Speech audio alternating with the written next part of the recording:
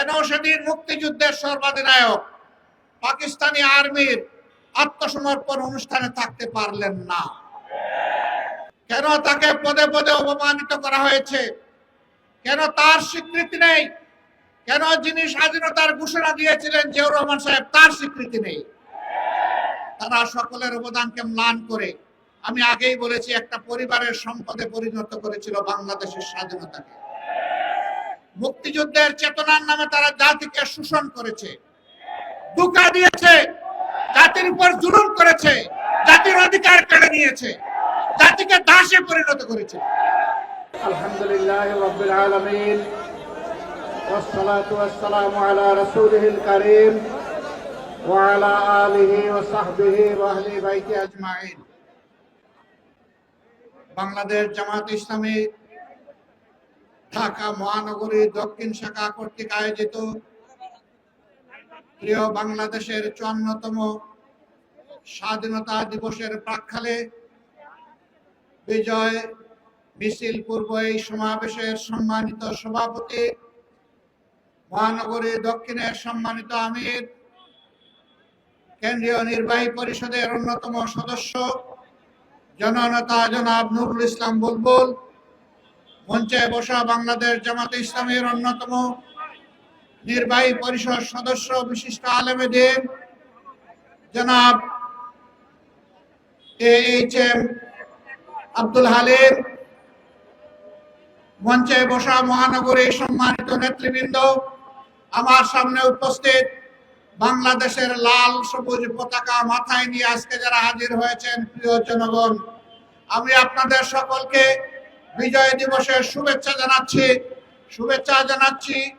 ওই সমস্ত ভাই বোনদেরকে যারা শুধু দেশে নয় বিদেশে থেকে আমাদের হারিয়ে যাওয়া, ছিনতাই হয়ে যাওয়া এই বিজয়কে ফিরিয়ে এনে জনগণের কাছে উপহার দেওয়ার জন্য সমান তালে ৫৪টি বছর বিশেষভাবে গত ১৫.৫ বছর লড়াই করেছেন, আমি সমস্ত যোদ্ধাদেরকে আজকে বিজয় দিবসের শুভেচ্ছা জানাচ্ছি। গভীর কৃতজ্ঞতা জ্ঞাপন করছি যারা ৭১ সালে রণাঙ্গনে বুক চিতিয়ে যুদ্ধ করেছিলেন, জীবন দিয়েছেন, বঙ্গত্ব বরণ করেছেন, লড়াই করে সেদিন বিজয় উপহার দেওয়ার জন্য যারা ঘর থেকে বের হয়ে এক এক করে ৯.৫ মাস যারা রণাঙ্গনে ছিলেন, আমি তাদের সকলের প্রতি গভীর কৃতজ্ঞতা জানাচ্ছি। আমরা জাতি হিসাবে কৃতজ্ঞ জাতি, কিন্তু একটা দল, বিশেষ করে একটা গোষ্ঠীও না, একটা পরিবার জাতিকে কৃতজ্ঞতা বোধ ভুলিয়ে দিয়েছিল। স্বাধীনতার সমস্ত অবদান, ক্রেডিট হাইজ্যাক করে একটি পরিবারের সম্পত্তিতে পরিণত করা হয়েছিল।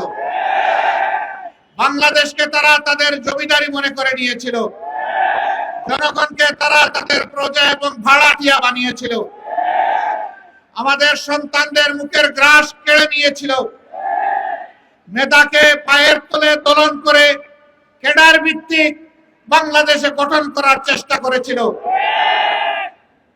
সম্মানিত ভাই ও বন্ধুগণ, এরকম একটি বিজয় দিবস আজকে জনগণের মাথায় মাথায় লাল এবং সবুজের টুপি।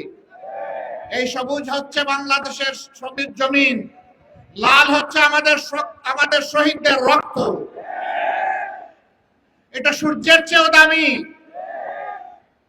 এই রক্ত দেওয়া শুরু করেছিল এই জাতি ৪৭ সালে। তখন থেকে রক্ত দিয়ে ২৪-এর ৫ আগস্ট পর্যন্ত এই রক্ত দেওয়া অব্যাহত রয়েছিল। দুঃখের বিষয়, ৪৭-এর পরেও জাতির স্বাধীনতার সুফল ভোগ করতে পারেনি। আবার ৭১-এর পরেও জাতির স্বাধীনতা হাইজ্যাক হয়ে গিয়েছিল। আজ পর্যন্ত কোনো জবাব নাই এই জাতির সামনে, কেন সেদিন মুক্তিযুদ্ধের সর্বাধিনায়ক পাকিস্তানি আর্মির আত্মসমর্পণ অনুষ্ঠানে থাকতে পারলেন না? কেন তাকে পদে পদে অপমানিত করা হয়েছে? কেন তার স্বীকৃতি নেই? কেন যিনি স্বাধীনতার ঘোষণা দিয়েছিলেন জিয়াউর রহমান সাহেব, তার স্বীকৃতি নেই? তারা সকলের অবদানকে ম্লান করে, আমি আগেই বলেছি, একটা পরিবারের সম্পদে পরিণত করেছিল বাংলাদেশের স্বাধীনতাকে। মুক্তিযুদ্ধের চেতনার নামে তারা জাতিকে শোষণ করেছে, ধোঁকা দিয়েছে, জাতির উপর জুলুম করেছে, জাতির অধিকার কেড়ে নিয়েছে, জাতিকে দাসে পরিণত করেছে। বিশেষভাবে অভিনন্দন জানাই। যে লড়াই শুরু হয়েছিল ৭২ সাল থেকে সত্যিকারের স্বাধীনতার সুফল ভোগ করার জন্য, জনগণের হাতে স্বাধীনতার সুফল তুলে দেওয়ার জন্য, সেই লড়াইয়ের একটা পর্ব সমাপ্ত হয়েছে ২৪-এর ৫ই আগস্ট। এই ২৪-এর লড়াইয়েও জনগণকে নিজ দেশের স্বৈর শাসকের হাতে জীবন দিতে হয়েছে। তারা জনগণের জীবনকে পাত্তাই দেয়নি। গুলি করেছে মাটি থেকে, গুলি করেছে আকাশ থেকে, গুলি করে জনগণের বুক ঝাঁঝরা করে দিয়েছে। এই লড়াইয়ের প্রতীক হচ্ছে শহীদ আবু সাইদ। হাতের মধ্যে কোনো আগ্নেয়াস্ত্র ছিল না, বোমা ছিল না, ককটেল ছিল না, খালি হাতে আরেক হাতে রাবারের একটা স্টিক নিয়ে এসে দাঁড়িয়েছিল। সে বলেছিল, বুকের ভিতরে তুমুল ঝড়, বুক পেতেছি, গুলি কর। সেই জ্বরটা কি ছিল? সেই জ্বর কি একা তার ছিল? নিশ্চয়ই না। বাংলাদেশের অধিকার কেড়ে নিয়ে, জনগণের অধিকার কেড়ে নিয়ে জনগণকে যে দাসে পরিণত করাইছিল, সেই ঝড় তার বুকের মধ্যে ছিল। এত রক্ত, এত ত্যাগ, এরপরে আমরা যেটাকে বলা হচ্ছে দ্বিতীয় স্বাধীনতা, এই স্বাধীনতার প্রতি সম্মান দেখানো এখন আমাদের নাগরিক এবং জাতীয় দায়িত্ব। জীবন দিয়ে যারা বিদায় নিয়েছে তারাও আমাদের জাতীয় বীর। এই লড়াইয়ের ময়দানে দেশে বিদেশে যারা শরীক হয়েছে তারাও আমাদের জাতীয় বীর। আমরা জাতীয় বীর দেখে আমাদের উচ্চ শিখরে রেখে তাদেরকে আমরা সম্মান জানাতে চাই। জাতীয় বীরদের এই অবদান কোন ব্যক্তি, কোন পরিবার, কোন গোষ্ঠী, কোন দলের লোলক দৃষ্টির সামনে এটা যেন হারিয়ে না যায়। বাংলাদেশের জনগণকে পাহারা দিতে হবে। আপনারা পাহারা দিতে পারবেন? ২৪ ঘন্টা, ৩৬৫ দিন, বছরের পর বছর, যুগের পর যুগ, শতাব্দীর পর শতাব্দী, সেই পাহারার জন্য আমাদেরকে তৈরি হতে হবে ইনশাআল্লাহ। আজকের এই র্যালি থেকে আমরা জানিয়ে দিতে চাই, বারবার বুকে রক্ত দিয়ে যে জাতির স্বাধীনতা আনতে পারে, সেই জাতির সন্তানেরা আর এই স্বাধীনতা কাউকে আর ছিনতাই করতে দেবে না ইনশাআল্লাহ। আমরা সবাইকে ধৈর্যের সাথে বাংলাদেশ গঠনে অবদান রাখার জন্য অনুরোধ জানাবো। কাউকে যেন কোনো অস্থিরতা পেয়ে না বসে। আমরা পরিষ্কার বলে দিয়েছি, 15.5 বছরে কিছু আবর্জনা, কিছু জঞ্জাল তৈরি হয়েছে। সেই জঞ্জাল পরিষ্কার করতে হবে। নির্বাচনের সুষ্ঠু পরিবেশ নিশ্চিত করতে হবে। জনগণের ভোটার তালিকা শুদ্ধ এবং সুষ্ঠু করতে হবে। দেশের জনগণের করতে হবে, বিদেশে আমাদের প্রবাসীরা যারা আছে তাদেরও এই তালিকায় অন্তর্ভুক্ত করে আগামী নির্বাচন হবে ইনশাআল্লাহ। আমরা একজন নাগরিক ভোটার তালিকা থেকে বাদ পড়ুক, আমরা এটা চাই না। এর জন্য যা করা দরকার সরকারকে তাই করতে হবে। যে উদ্যোগ নেওয়া প্রয়োজন নির্বাচন কমিশনকে সেই উদ্যোগ নিতে হবে। এই উদ্যোগে আমরা কোনো ব্যতিক্রম, কোনো শিথিলতা আমরা বরদাস্ত করব না। ঘরে ঘরে জনগণে গিয়ে এই তালিকাকে নিশ্চিত করতে হবে। যারা চুরি করে ভুয়া ভোটার হয়েছে, একাধিক জায়গায় ভোটার হয়েছে, তাদেরকে এখান থেকে পাক সাফ করে ফেলতে হবে। যারা ধোঁকা দিয়ে একাধিক জায়গায় ভোটার হয়েছে, ওরা আদৌ ভোটারের যোগ্য কিনা সেই সিদ্ধান্ত নিতে হবে।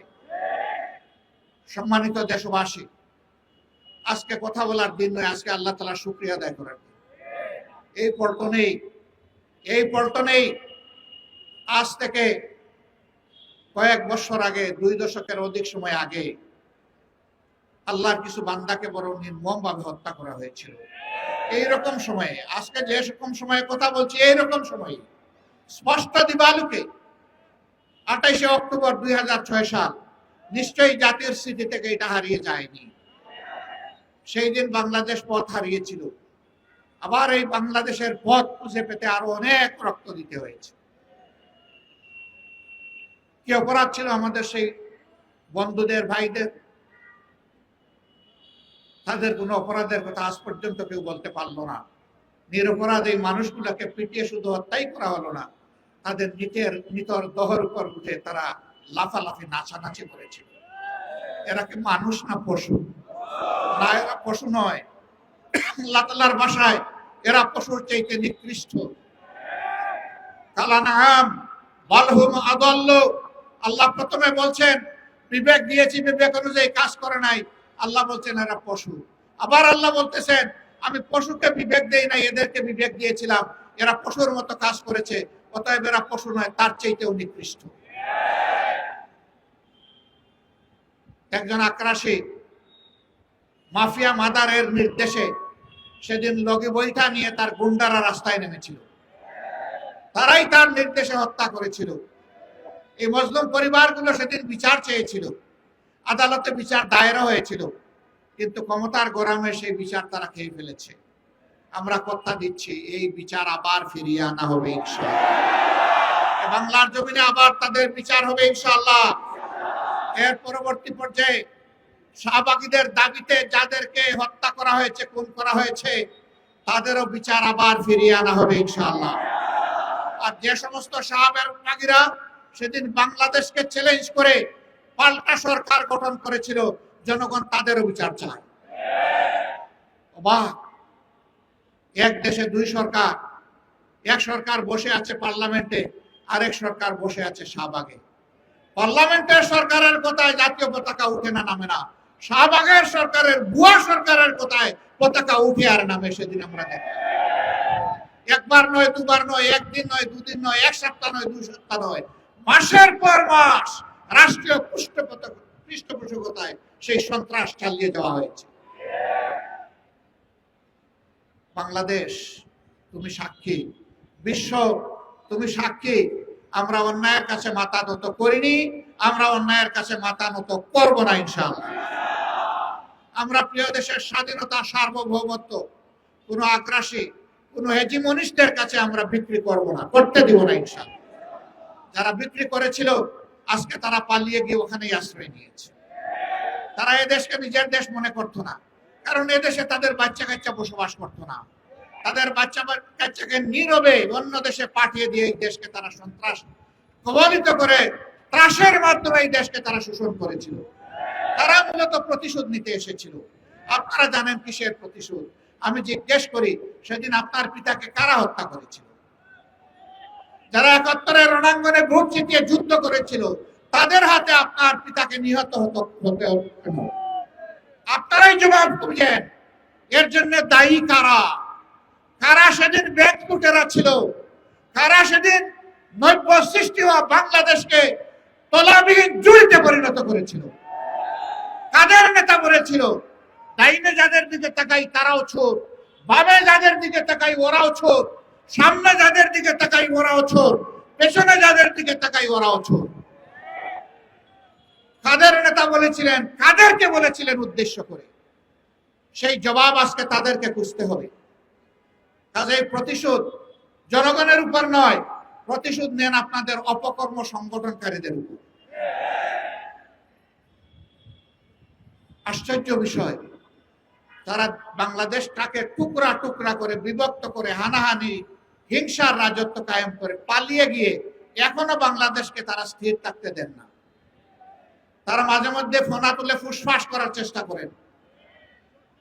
যেই জাতি আপনাদেরকে উচিত শিক্ষা দিয়ে তাড়াতে পেরেছে, সেই জাতি আপনাদের ফোনাও একদম গুঁড়া করে দিতে পারে। এটা মনে রাখবেন। এই দেশে যোদ্ধা 2 লাখ 4 লাখ নয়, এই দেশে যোদ্ধা মিনিমাম 10 কোটি। এই 10 কোটি যোদ্ধার 20 কোটি হাত সদা প্রস্তুত যে কোনো ষড়যন্ত্র রুখে দেওয়ার জন্য। আমরা আল্লাহ তাআলার সাহায্য চাই, আমরা যেন অন্যায় এবং অসত্যের বিরুদ্ধে আপোষহীন লড়াই করতে পারি। প্রিয় দেশবাসী, আসুন আমরা আরেকবার অঙ্গীকার করি আজকের এই বিজয় দিবসে আমরা অবশ্যই দেশকে ভালোবাসবো। আমরা কারো তাবেদার বানাতে এই দেশকে দেব না, এবং কেউ তাবেদারি করতে আসলে তাকে আমরা ছাড় দেব না। এই অঙ্গীকারে আজকের এই বিজয় দিবস উদযাপিত হোক। আরেকবার আপনাদেরকে শুভেচ্ছা, বিজয় দিবসের মোবারকবাদ জানিয়ে দেশে প্রবাসে নিবাসে যারা আছেন সকলের প্রতি কৃতজ্ঞতা জানিয়ে আপনাদের সুস্বাস্থ্য কামনা করে প্রিয় বাংলাদেশ আল্লাহ তাআলা কিয়ামত পর্যন্ত দীর্ঘজীবী করুন সেই দোয়া করে বিদায় নিচ্ছি। আসসালামু আলাইকুম ওয়া রাহমাতুল্লাহি ওয়া বারাকাতুহু।